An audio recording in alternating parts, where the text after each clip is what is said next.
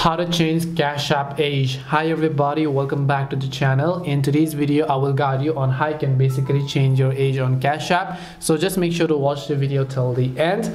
In order to change your age on Cash App, well, there isn't a direct way you can actually directly change your age, because if I open Cash App, if I just come to my profile icon from here, even if I go to personal, I can change mobile, I can change my email, I can change my address, but not my age. Once it's set, it's basically set. So the only thing you have to do is to simply actually go ahead and then talk to a customer support team. So you want to scroll down until you get to the option called support. Tap on it.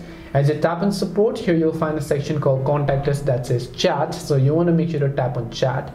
As you tap the chat button, it says how can you help you today. So over here you simply want to type in something such as change your age. So just go ahead and then type in change age, and you want to let them know that you want to change the age. They will ask you for legal verification processes, so it has to be a legal details. If it's not your legal details, then you will not be able to go ahead and then actually change your age. So hope this video helped you. If it did help you, then make sure to leave a like and subscribe to the channel. If you have got any more questions, feel free to leave them down. Thank you very much for watching till the end of this tutorial, and see you soon in our next video.